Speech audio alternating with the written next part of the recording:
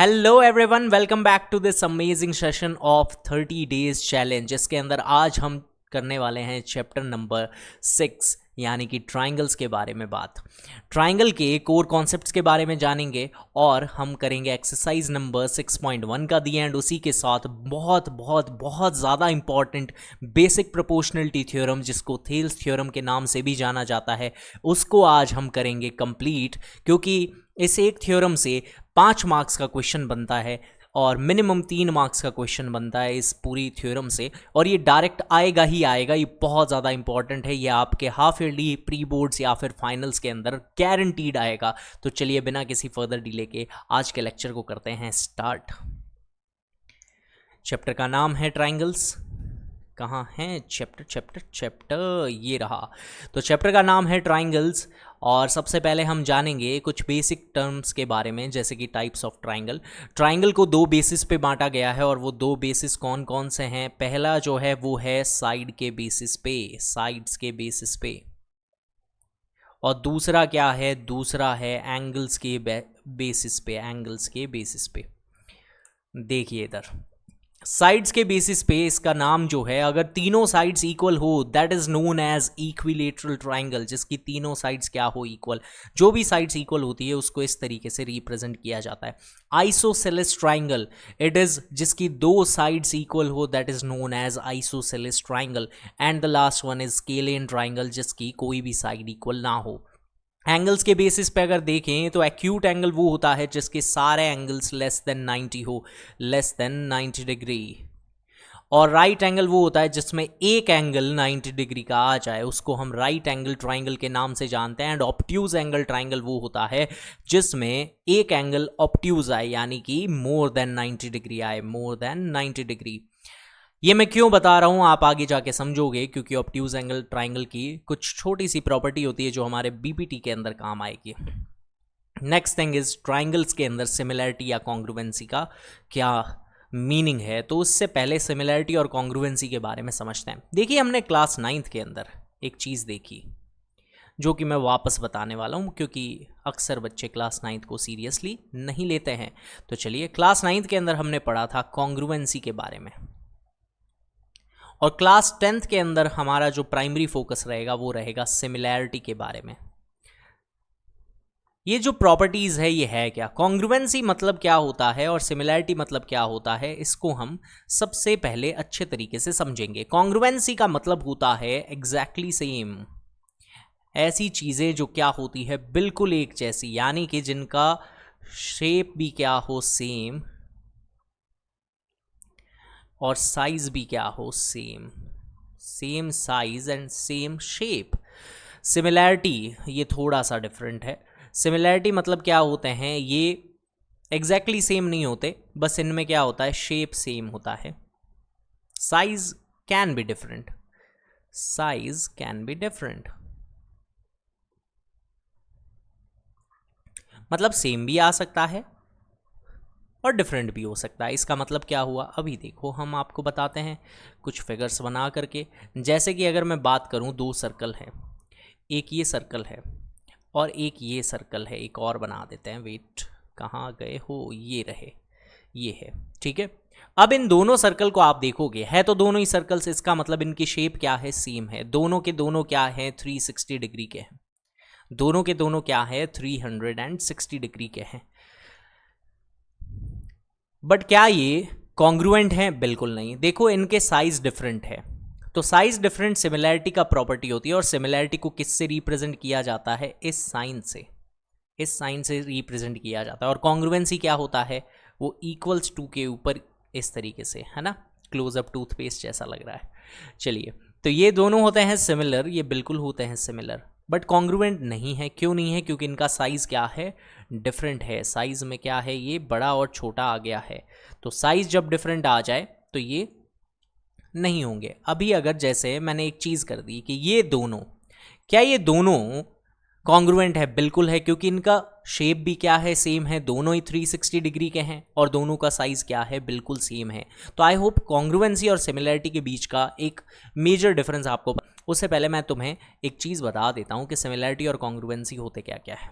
अच्छे अच्छे तरीके से इनके नोट्स भी बना पाओ। ताकि देखिए सिमिलैरिटी हमने देखा कि इनमें क्या होता है, corresponding angles are equal, corresponding angles are equal, corresponding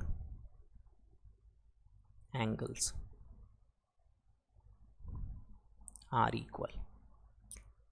ठीक है, ये पहला पॉइंट है, ये फर्स्ट पॉइंट है, ये बहुत इंपॉर्टेंट पॉइंट है। दूसरी चीज़, इसके अंदर साइड्स जो होती है वो प्रोपोर्शन में होती है, corresponding sides are in proportion.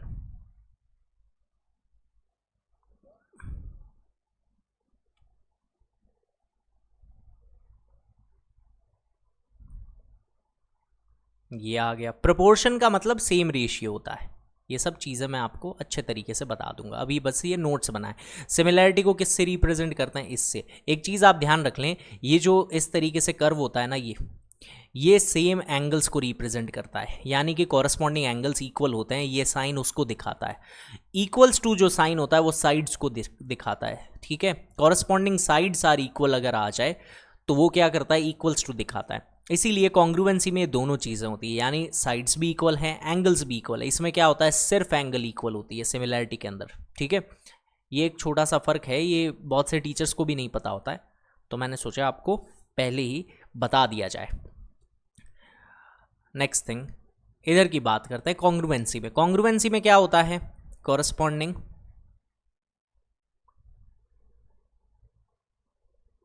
Sides भी होगी, sides are equal, and corresponding angles are equal. अब आप कहोगे सर ये कॉरस्पॉन्डिंग आप लिखे जा रहे हो, ये है क्या? अरे रुको भाई, अभी बताते हैं। कॉरस्पॉन्डिंग एंगल्स आर इक्वल,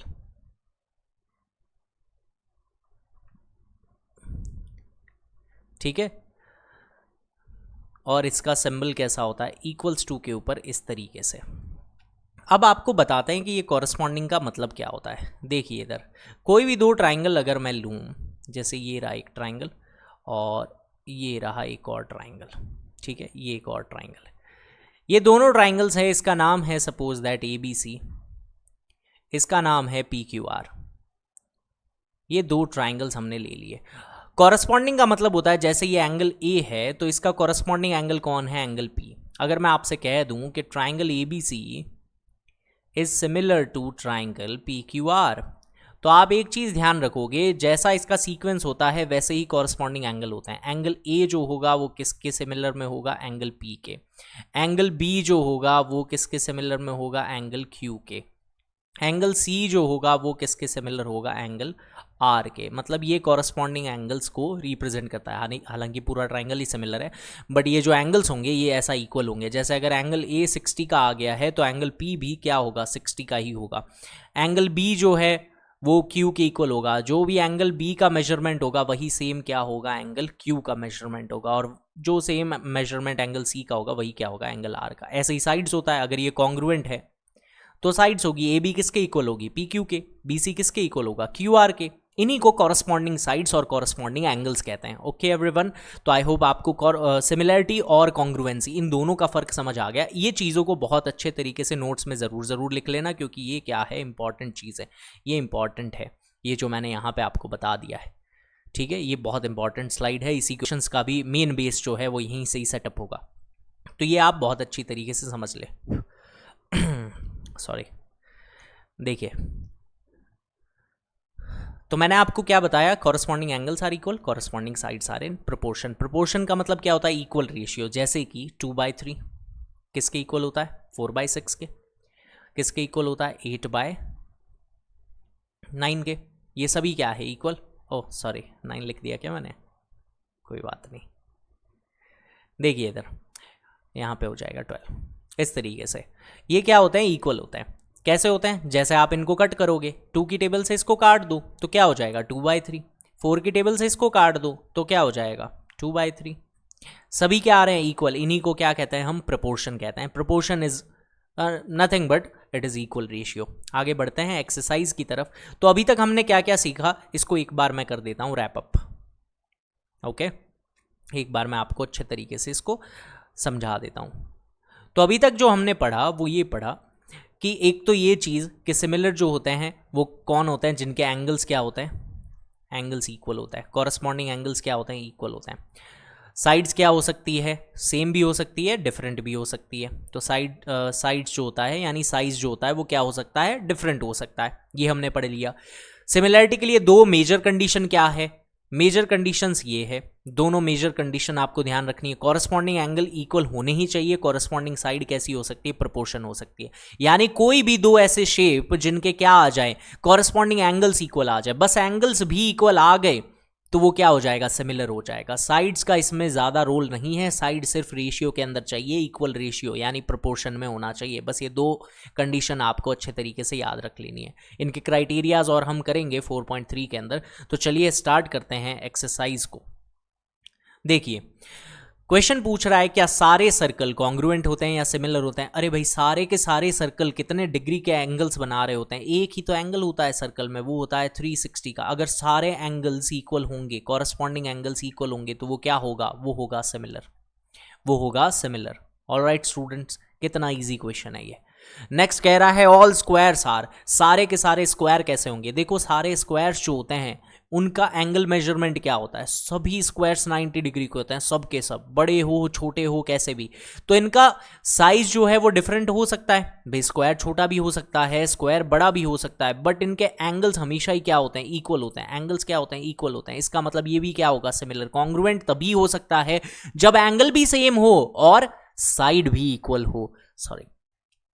तो ये सिमिलर होगा, all squares are also similar, क्योंकि पूरा चैप्टर ही हम सिमिलैरिटी पे पढ़ रहे हैं। नेक्स्ट कह रहा है कैसे ट्राइंगल सिमिलर होंगे। देखो ट्राइंगल्स में ये चीज़ थोड़ी डिफरेंट है, ट्राइंगल्स में क्या है, डिफरेंट है भाई। ट्राइंगल अलग अलग हो सकते हैं, इसीलिए मैंने स्टार्टिंग में तुम्हें एंगल्स बता दिए। ट्राइंगल एक्यूट एंगल हो सकता है, राइट एंगल हो सकता है, ऑब्ट्यूज एंगल हो सकता है। तो एक और चीज़ मैंने आपको बताई, इक्विलेटरल ट्राइंगल। देखो इक्विलेटरल ट्राइंगल की तीनों साइड्स इक्वल होती है, तो उसकी पता है खास बात क्या है, उसकी खास बात यह है स्टूडेंट कि ये जो ट्राइंगल होता है ना, अगर इसकी तीनों साइड इक्वल हैं तो तीनों एंगल्स भी क्या होते हैं, equal, that is of 60 degrees, 60 60 60। ये आप नोट डाल के लिख लें अगर आपको पता नहीं है तो। इक्विलेटरल ट्राइंगल के अंदर, इक्विलेटरल ट्राइंगल के अंदर 60 डिग्री का एंगल होता है हर एक, each angle is of 60 degree. तो ये भी 60 है और सारे इक्विलेटरल ट्राइंगल कितने देंगे, 60 60 के एंगल देंगे। जब सभी एंगल्स इक्वल है स्टूडेंट तो वो क्या होगा, वो क्या होगा, वो होगा सिमिलर, यानी equilateral triangles are always similar triangles. इनका साइज डिफरेंट हो सकता है, साइज में फिर से बता रहा हूँ, साइज कैन बी डिफरेंट, इसका साइज छोटा या बड़ा हो सकता है, बट एंगल सबके क्या रहेंगे। अगर ये इक्विलेटरल है ना स्टूडेंट तो सारे एंगल 60 डिग्री के ही रहेंगे। समझ आ रहा है, अरे बिल्कुल समझ आ रहा है, समझ आ रहा है तो वीडियो को लाइक ज़रूर करें। ऑलराइट आगे बढ़ते हैं। तो सारे इक्विलेटरल ट्राइंगल क्या होंगे स्टूडेंट्स, सिमिलर होंगे, बिल्कुल सिमिलर होंगे। अब बढ़ते हैं अगले पार्ट की तरफ। नेक्स्ट कह रहा है कि कोई भी दो पॉलीगन, कोई भी दो पॉलीगन, यहां पे पहले मैं इक्विलेटरल ट्राइंगल लिख देता हूं, ये लो इक्विलेटर। कोई भी दो पॉलीगन का मतलब क्या होता है, कोई भी दो शेप्स, कोई भी दो शेप्स आपस में सिमिलर कब हो सकती है। देखो इधर सिमिलर तभी हो सकती है if corresponding angles are equal. मैंने आपको बताया था ना, कॉरस्पॉन्डिंग एंगल्स क्या होते हैं, इक्वल होने चाहिए, कॉरस्पॉन्डिंग एंगल्स इक्वल होने चाहिए। और कॉरस्पॉन्डिंग साइड्स कैसी होनी चाहिए, प्रोपोर्शन होनी चाहिए, प्रोपोर्शनल। ये लो प्रोपोर्शनल। ये दो प्रॉपर्टीज मैंने आपको बताई थी जो किसी को भी सिमिलर कर सकती है, कोई भी दो फिगर्स को सिमिलर कर सकती है। ये देखो इधर, corresponding angles are equal and corresponding sides are in proportion. ठीक है, अगर कॉरस्पॉन्डिंग एंगल्स बराबर आ गए, साइड्स क्या आ गई, प्रोपोर्शन आ गई, इसका मतलब वो सिमिलर हो गया। बस ये दो चीजें ही तो ये डिमांड कर रहा है, और किसी की डिमांड है ही नहीं। आगे बढ़ते हैं, कह रहा है कि कोई भी दो एग्जाम्पल दो जो कि सिमिलर हो या नॉन सिमिलर हो, ऐसे दो दो एग्जाम्पल दे दें। तो चलिए भैया अभी बता देते हैं। सिमिलर फिगर्स वो होते हैं जिनके अंदर एंगल्स क्या होंगे, कॉरस्पॉन्डिंग एंगल्स क्या होंगे स्टूडेंट, बिल्कुल सेम होंगे। बहुत बढ़िया। तो सिमिलर फिगर के अंदर पहले ही आ चुका है, all circles are similar, all circles are similar, all circles. कोई भी रेगुलर पॉलीगन, सभी क्या होंगे सिमिलर, जिनके सबके रेगुलर पॉलीगन मतलब होता है जिनकी सारे एंगल्स होते हैं इक्वल, सारे एंगल सारे साइड इक्वल होता है, उनको रेगुलर पॉलीगन कहते हैं। इनमें रेगुलर पॉलीगन में जैसे आता है इक्विलेटरल ट्राइंगल, स्क्वायर आता है, रेगुलर पेंटागन आता है जिसकी पांचों साइड इक्वल हो, पांचों एंगल्स इक्वल, ऐसे। तो ऑल सर्कल्स आर सिमिलर, और क्या कह रहा है, एक और दो, इसने कहा है 2 डिफरेंट एग्जाम्पल, तो ऑल स्क्वायर्स आर सिमिलर। ठीक है, बहुत इजी था। नॉन सिमिलर में क्या लिखेंगे, कोई भी दो अलग अलग चीज़ें ले लो। जैसे इसमें पहला एग्जाम्पल अगर मुझे देना हो तो वो मैं दे दूंगा, सपोज दैट मैंने कह दिया रेक्टेंगल, एक ले लिया मैंने rectangle and triangle, rectangle and triangle, ये कभी भी सिमिलर नहीं होंगे क्योंकि रेक्टेंगल कैसा होगा, रेक्टेंगल ऐसा होगा। ट्राइंगल कैसा होगा, ट्राइंगल में 3 ही साइड होगी, ये आपस में सिमिलर नहीं हो सकते। और कोई एग्जाम्पल देना है बिल्कुल ले लो, ट्रेपेजियम एंड स्क्वायर ले लो, या एकदम ही अलग लो, क्योंकि ट्रेपेजियम भी स्क्वायर का एक टाइप निकल के आ सकता है कभी कभार, हमेशा नहीं होगा बट कभी कभी ऐसा हो सकता है। तो एकदम ही डिफरेंट ले लो, circle and triangle,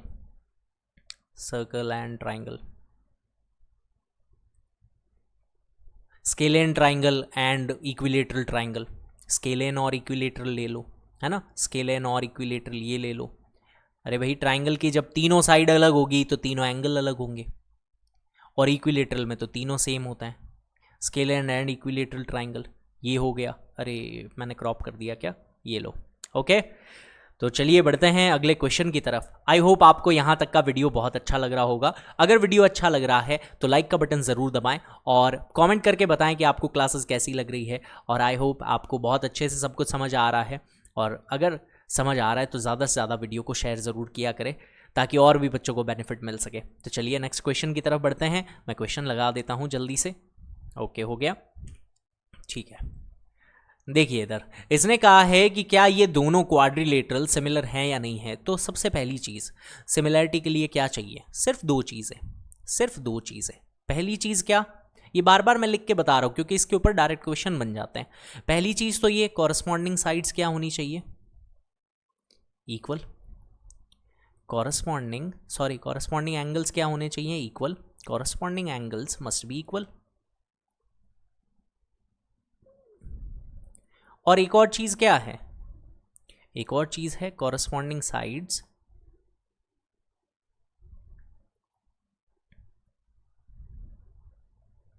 should be in proportion, should be in same ratio. Proportion मतलब सेम रेशियो। ये दो चीजें ही तो मांगता है, बस चेक कर लेते हैं। देखो इधर इसमें अगर मैं साइड की प्रपोर्शन चेक करूं, साइड का प्रोपोर्शन चेक करूं, वैसे तो ये सिमिलर है ही नहीं, देखते ही पता चल गया तुम्हें कि इसमें तो सारे एंगल्स 90-90 के हैं, ये दिया हुआ है।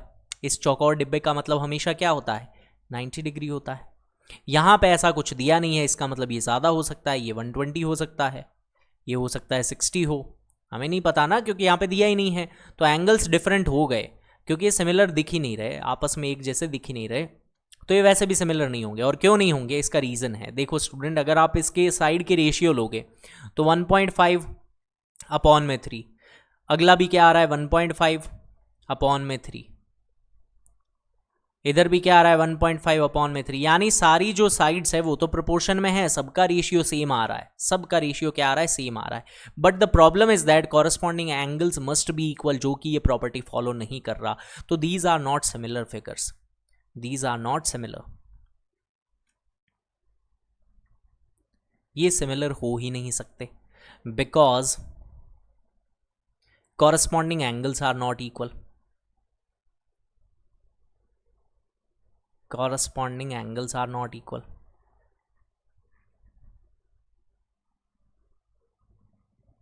बस इतना सा था, क्योंकि कोई भी चीज़ को सिमिलर करने के लिए स्टूडेंट दो प्रॉपर्टी फॉलो करवानी बहुत बहुत अनिवार्य है, बहुत ज़रूरी है।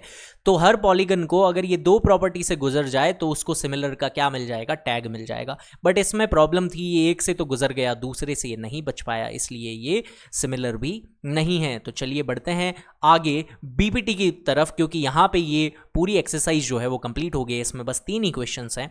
बीपीटी सबसे ज़्यादा इंपॉर्टेंट है, तो उसी के बारे में सीखने से जस्ट पहले मैं तुम्हें बताऊंगा कि बीपीटी होती क्या है। देखिए इधर स्टूडेंट्स, बीपीटी होती है कि कोई भी एक ट्राइंगल के अंदर When a line is drawn parallel to one side of a triangle intersecting the other two sides and distinct point, then the other two sides are divided in the same ratio. आप कहोगे sir कुछ समझ नहीं आया, आपने जो भी बोला सुन के बहुत अच्छा लगा पर समझ कुछ नहीं आया। तो देखिए मैं बताता हूं तुम्हें। इसने कहा है कि एक लाइन बनाओ, ऐसी लाइन बनाओ जो पैरेलल हो। ये ट्राइंगल था ABC, इसमें यहाँ पे 2 पॉइंट से एक ऐसी लाइन बनाओ जो कि पैरेलल हो। ये लाइन किसके पैरेलल हो? इस थर्ड साइड के पैरेलल हो। अब ये जो लाइन बनेगी, ये 2 ऐसे पॉइंट्स आएंगे कि इनका और इनका रेशियो बिल्कुल बराबर होगा। यानी जब आप AP के अपॉन में, ये AP है ना, इसके अपॉन में ये BP लिखोगे तो इसका जो रेशियो आएगा ना, वही बिल्कुल same to same ratio AQ और CQ इन दोनों का आएगा। वही सेम रेशियो क्या आएगा? AQ और CQ का। इसी को आप क्या कहते हो? बेसिक प्रोपोर्शनलिटी थ्योरम या फिर थेल्स थ्योरम। ठीक है, डायरेक्ट नाम पे आती है। ये पूरे NCERT में 1 या 2 थ्योरम्स ही ऐसी हैं जो नाम से पूछी जाती है, और उसमें से एक जो है वो BPT है, और बहुत इंपॉर्टेंट थ्योरम है, बेहद ज़्यादा इंपॉर्टेंट थ्योरम है स्टूडेंट। इसके ऊपर तो मतलब जितने स्टार लगाओ उतने कम हैं, इतनी इंपॉर्टेंट थ्योरम है ये। चलिए इसके प्रूफ को समझने से पहले कुछ चीज़ें जान लेते हैं। सबसे पहले एरिया ऑफ ट्राइंगल क्या होता है। देखो, एरिया ऑफ ट्राइंगल का एक बहुत बेसिक फॉर्मूला है जो हम बचपन से पढ़ते हैं, that is half multiply base into height. Base क्या होता है स्टूडेंट? ये जो यहाँ पे नीचे है इसी को आप क्या कहते हो? बेस कहते हो। अब हाइट के बारे में समझाने के लिए ही मैंने कहा था ऑब्ट्यूज एंगल और के बारे में समझ लेना। ये नीचे जो होता है इसको आप बेस कहते हो। ओके, हाइट हमेशा क्या होती है? 90 डिग्री पे बनती है, जमीन से 90 डिग्री पे हाइट होती है। सपोज दैट एक जमीन में बना देता हूं, ये यहां से यहां तक एक क्या है? जमीन है।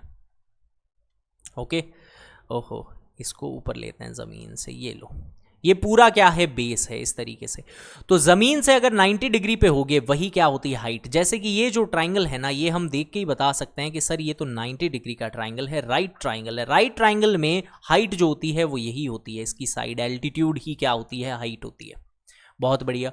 ये जो है ये स्केलियन ट्राइंगल हो सकता है, इक्विलेटरल हो सकता है, आइसोसेलेस हो सकता है। इस ट्राइंगल के अंदर जो हाइट होती है वो क्या होती है? वो होती है यहाँ पे एकदम मिड के अंदर, ये लो, ये इसकी क्या है? हाइट है। ये आपको जान लेना है। एक बहुत इंपॉर्टेंट चीज़ जो आपको जाननी है वो जाननी है ऑब्ट्यूज एंगल की हाइट के बारे में। इसीलिए मैंने इतना सब कुछ बनाया है, क्योंकि इसके अंदर अभी हम समझेंगे। ऑब्ट्यूज एंगल में एक प्रॉपर्टी है स्टूडेंट कि इसकी जो हाइट होती है ना, वो ट्राइंगल से बाहर आती है। वो क्या आती है स्टूडेंट? ट्राइंगल से बाहर आती है। ये जो है ना बाहर, क्योंकि ये ज़मीन से कितना ऊंचा है? सपोज दैट ये सब क्या है? पहाड़ है। ये क्या है? पहाड़ है। अगर आप इसकी हाइट मेजर करना चाहते हो तो आप तो ज़मीन से देखोगे कि हाईएस्ट ऊंचाई कितनी है ना। तो ये ज़मीन से जो ऊंचाई आप देखोगे तो उससे आपको पता चलेगा कि ऑब्ट्यूज एंगल ट्राइंगल की हाइट जो होती है वो ट्राइंगल से ही बाहर आती है। यानी जैसे जैसे एंगल बढ़ता है ना ट्राइंगल का, वैसे वैसे हाइट क्या होती है? शिफ्ट होने लग जाती है। अगर एंगल जैसे एक्यूट एंगल है, ये जो ट्राइंगल है ये एक्यूट एंगल का ट्राइंगल है, 60-60 का इक्विलेटरल ट्राइंगल है सपोज दैट, तो इसकी हाइट जो आती है वो क्या आती है? ट्राइंगल के अंदर आती है। जैसे ही एंगल बढ़ के 90 हो गया तो ट्राइंगल के एकदम बॉर्डर पे पहुंच चुकी है हाइट, और अगर 90 से ज़्यादा हो गया तो ट्राइंगल से ही बाहर निकल जाएगी हाइट। ये आपको ध्यान रख लेना है कि यही क्या है? इस ट्राइंगल की हाइट है। जब आप इसका एरिया निकालोगे तो ये बेस होगा और ये हाइट होगी। ये क्या होगी? हाइट। इसके बारे में अगर आप समझ गए हो तो एक और चीज़, बस छोटी सी एक चीज़ समझ लो, फिर BPT को मैं चुटकियों में करवा दूंगा। ये 5 मार्क्स आपको इतने ईजीली मिलेंगे कि मज़ा आ जाएगा आपको भी। देखिए, एक छोटी सी चीज आपको जाननी है कि अगर कोई भी ट्राइंगल का बेस और हाइट सेम हो तो एरिया भी क्या होगा? Same. Area will be same. Area क्या होगा? सेम होगा। कब होगा same? If base and height are same. If base and height are same, height are same. एक छोटी सी चीज़ बताता हूँ, क्योंकि ये 9th में क्या है आपके कट हो गई थी, इसलिए आपको पता नहीं होगा।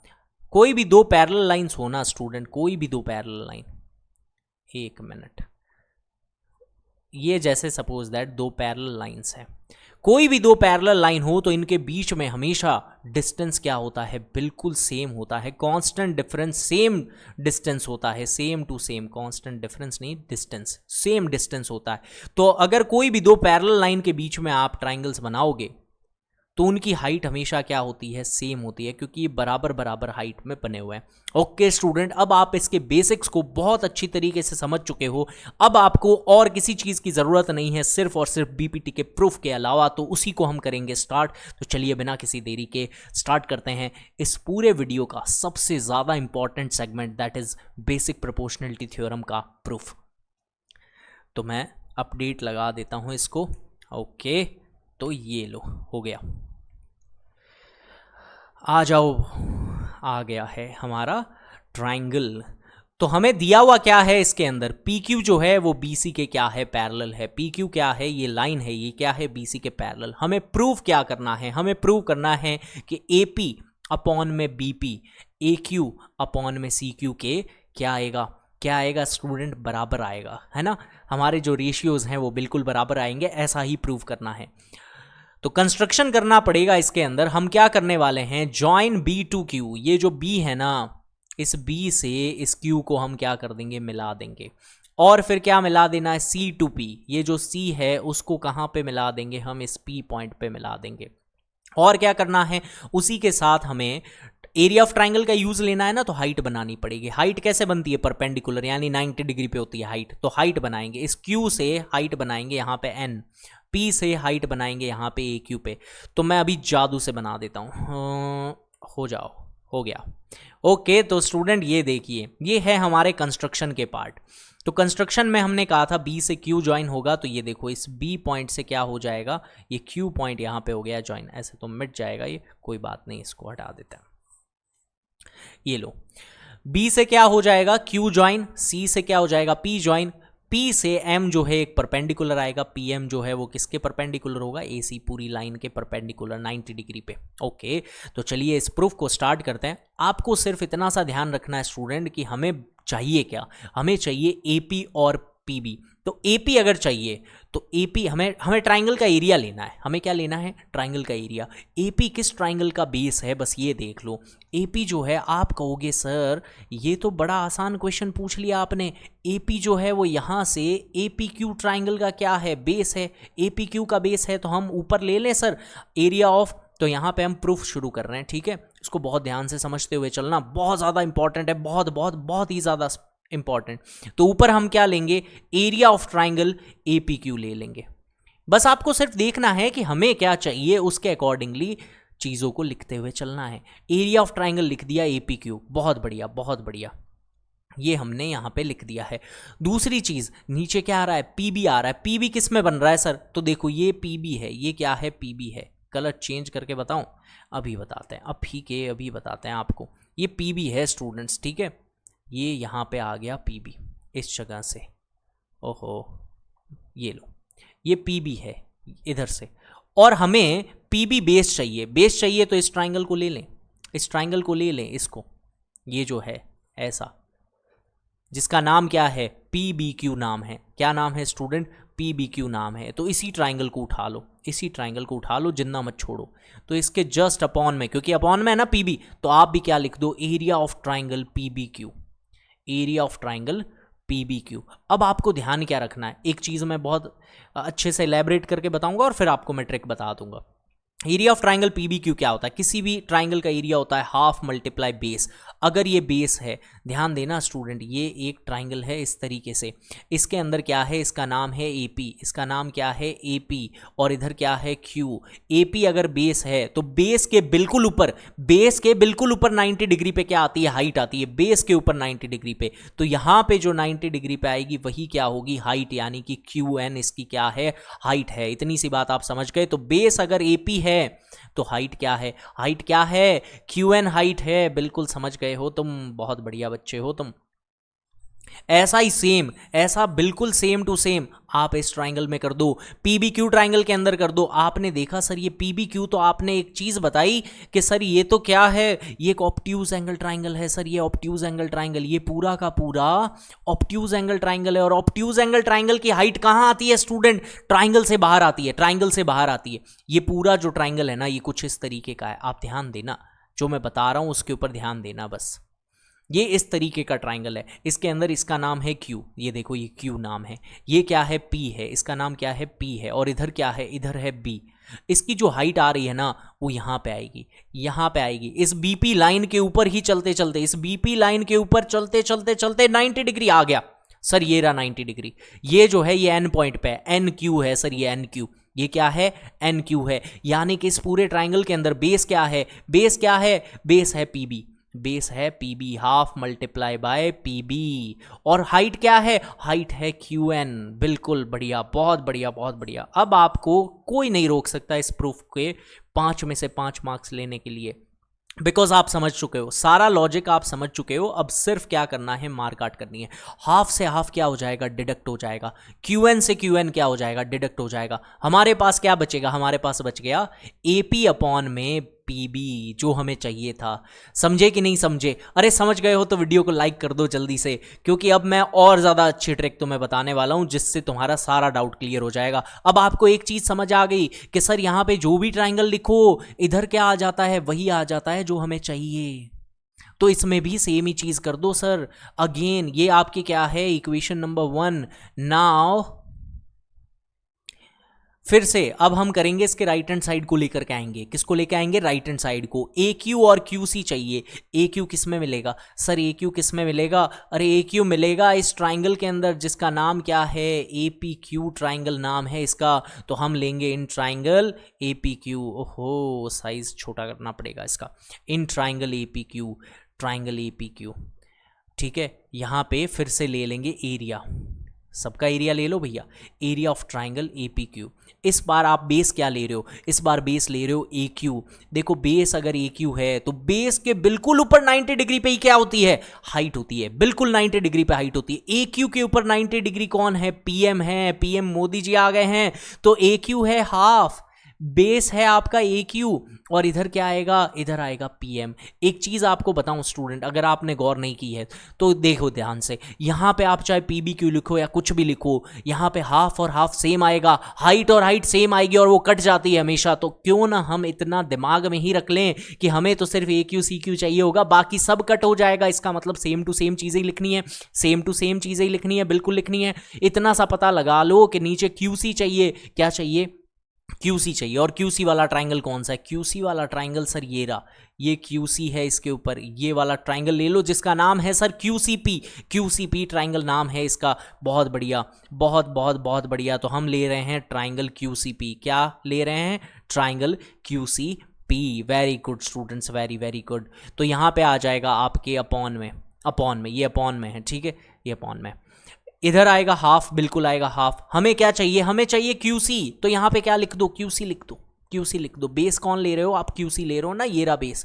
बेस के बिल्कुल ऊपर चलते चलते ही हाइट आता है, यानी 90 डिग्री आ गया सर, जिसका नाम है PM। PM क्या है, सेम है, ऊपर और नीचे सेम होता है। तो अगली बार जब आप प्रूफ करोगे तो आपको इतना दिमाग ही नहीं लगाना, आपको देखना ही नहीं है कौन हाइट है कौन नहीं है। आप सिर्फ क्या कर लो, जो हमें प्रूव करना है वो चीज़ें लिख दो, और यहाँ पे सेम ही चीज़ें होती है, वो कट हो जाएगी। यानी कुल मिला के AP बाय PB ही आता है जब आप एरिया लिखते हो। ये पूरा स्टेप आप स्किप कर सकते हो, इससे कोई दिक्कत नहीं आएगी। अब देखो यहाँ पे क्या होगा, ये कट, हाफ से हाफ क्या हो गया, कट। PM से PM क्या हो गया, कट। यानी कि क्या आ गया, AQ अपॉन में QC आ गया। बहुत शानदार, बहुत शानदार। ये है इक्वेशन नंबर 2। अब आपको क्या समझना है कि सर हमें तो इन दोनों को इक्वल लाना था, हमें क्या करना था, इन दोनों को इक्वल लाना था, बट ये दोनों तो इनके इक्वल हैं। देखो कोई भी चीज़ के अंदर स्टूडेंट अगर लेफ्ट हैंड साइड इक्वल आ जाए, जैसे सपोज दैट A जो है ना वो B के इक्वल है, ओके, A क्या है, B के इक्वल है। और मैं कह देता हूं कि सपोज दैट मैंने कह दिया कि C जो है वो D के इक्वल है, और मैं चाहता हूं कि आप A और D को इक्वल कर दो। आप क्या कर दो, A और D को इक्वल कर दो। और ये गिवन है, ये गिवन है कि A और C इक्वल है, A और C इक्वल है। आप कहोगे सर ये कैसी बचकानी बात है, ये कैसी बचकानी बात है, सॉरी मैंने A और D लिखा है क्या, ओके ओके, A और D लिखा है तो भी हो जाएगा, कोई प्रॉब्लम नहीं है। बट मैं चाह रहा हूँ कि आप B और D को इक्वल प्रूव करो, मैं चाह रहा हूँ B और D को इक्वल प्रूव करो। तो आप कहोगे सर ये तो बहुत इजी टास्क है। ये बहुत इजी टास्क इसलिए है क्योंकि लेफ्ट हैंड साइड दोनों इक्वल हैं सर। लेफ्ट हैंड साइड क्या है, इक्वल है। A की जगह क्या लिखा जा सकता है, C की जगह क्या लिखा जा सकता है, D। ए की जगह क्या लिखा जा सकता है, सी, और सी किसके इक्वल है, डी के, यानी डी और बी दोनों क्या आ रहे हैं, इक्वल आ रहे हैं। बहुत इजी। कैसे पता चला सर, जब भी लेफ्ट हैंड साइड इक्वल हो जाए तो राइट हैंड साइड भी इक्वेशंस की क्या होती है, इक्वल होती है। राइट हैंड साइड भी क्या होती है स्टूडेंट्स, इक्वल होती है। तो सेम ही चीज, क्यों ना हम इन दोनों की लेफ्ट हैंड साइड को इक्वल ले आए। तो आप कहोगे सर एक छोटी सी चीज है सर, और वो सर ये है कि इसके लेफ्ट हैंड साइड के अंदर ये ऊपर ऊपर वाली चीज़ें तो हमें इक्वल दिख रही है, ये ऊपर वाली चीज़ें तो हमें इक्वल दिख रही है सर। यहाँ भी ए पी क्यू है, यहाँ भी ए पी क्यू है, दोनों में ए पी क्यू है सर। बट डिनोमिनेटर जो है ना वो थोड़ा सा गद्दारी कर गया सर। काश अगर ये इक्वल होता तो हमारा काम आसान हो जाता। तो मैं कह रहा हूँ स्टूडेंट ये इक्वल ही है। ये क्या है, ये इक्वल ही है। कैसे है इक्वल, कैसे है इक्वल, अभी बताते हैं कैसे है इक्वल। ये देखो ध्यान से। अरे अरे अरे अरे अरे अरे, चलो कोई बात नहीं।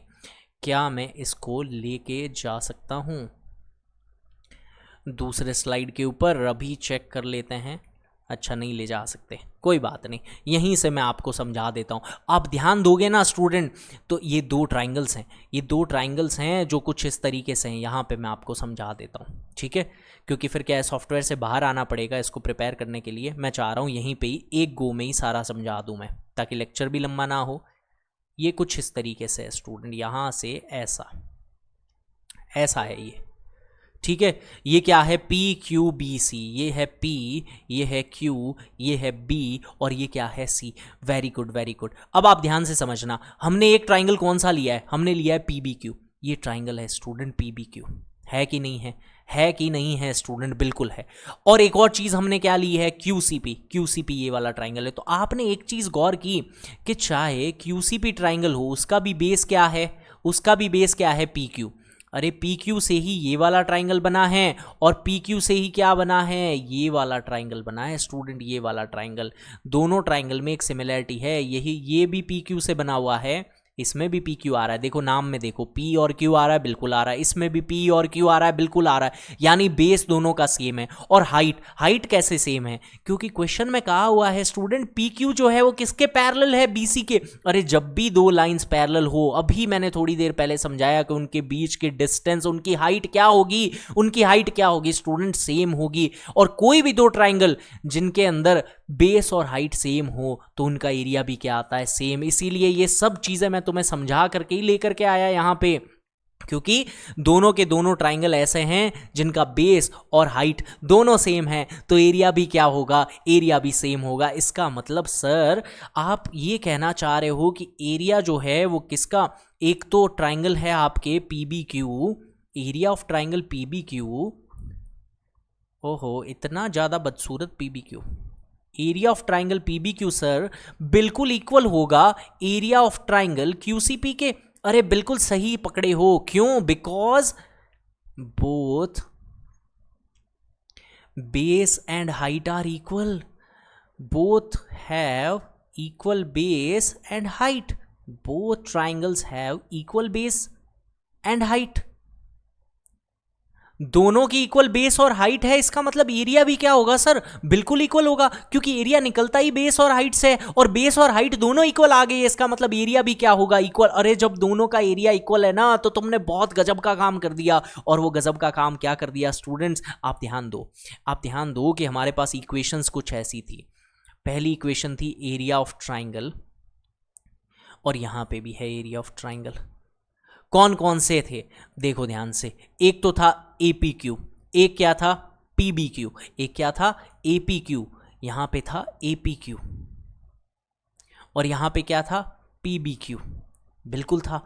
एक और इक्वेशन थी स्टूडेंट हमारे पास, इक्वेशन नंबर 2 जिसको हमने नाम दिया था, और वो क्या थी, उसमें भी दो ट्राइंगल्स थे, उसमें भी क्या थे, दो ट्राइंगल। ऊपर तो सर ए पी क्यू ही था दोनों में, बिल्कुल था, बट नीचे इसमें क्या था, इसमें था क्यू सी पी, इसमें क्या था क्यू सी पी। बट अभी हमने प्रूव किया क्यू सी पी किसके इक्वल है, क्यू सी पी इक्वल है पी बी क्यू के, क्यू सी पी किसके इक्वल है, पी बी क्यू के, यानी ये भी क्या है, पी बी क्यू ही है, बिल्कुल है। और ये इक्वेशन सर किसके इक्वल थी, ये इक्वल थी A P by P B, A P by P B, तो ये हो जाएगा A P by P B, बहुत बढ़िया।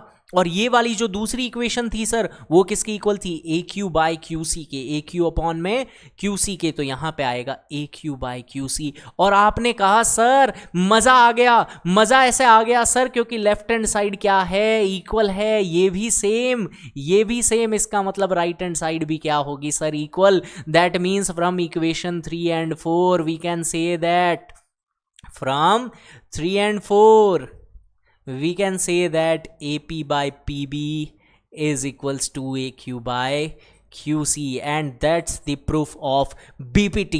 इसी के साथ आप 5 मार्क्स लेकर के आ सकते हो स्टूडेंट इस एक क्वेश्चन से, और इसके बारे में और डिटेल में हम समझेंगे नेक्स्ट वीडियो के अंदर और इसके ऊपर बेस्ड क्वेश्चंस करेंगे यानी कि। तो ये डायग्राम है स्टूडेंट, हमें पता चल गया AP के अपॉन में क्या आएगा PB, AP के अपॉन में आएगा PB, AQ के अपॉन में आएगा QC, that's it, hence proved. और इसी के साथ BPT कंप्लीट, और ये लेक्चर भी होता है कंप्लीट। आई होप आपको बहुत मज़ा आया होगा इस लेक्चर के अंदर। मैंने एक एक कॉन्सेप्ट को बहुत अच्छी तरीके से समझाने की कोशिश की है, भले ही आप क्लास 9th के अंदर बहुत अच्छे से नहीं पढ़े हो, इस एक वीडियो के माध्यम से आप ट्राइंगल्स के बेसिक कॉन्सेप्ट्स को बहुत अच्छे से समझ जाओगे। नेक्स्ट, अगर आपको वीडियो पसंद आया है तो आप इसको लाइक ज़रूर करें और अच्छे अच्छे स्टूडेंट्स के अंदर इसको शेयर ज़रूर करें ताकि उनको बेनिफिट मिल सके। धन्यवाद, मिलते हैं अगले वीडियो के अंदर। जय हिंद,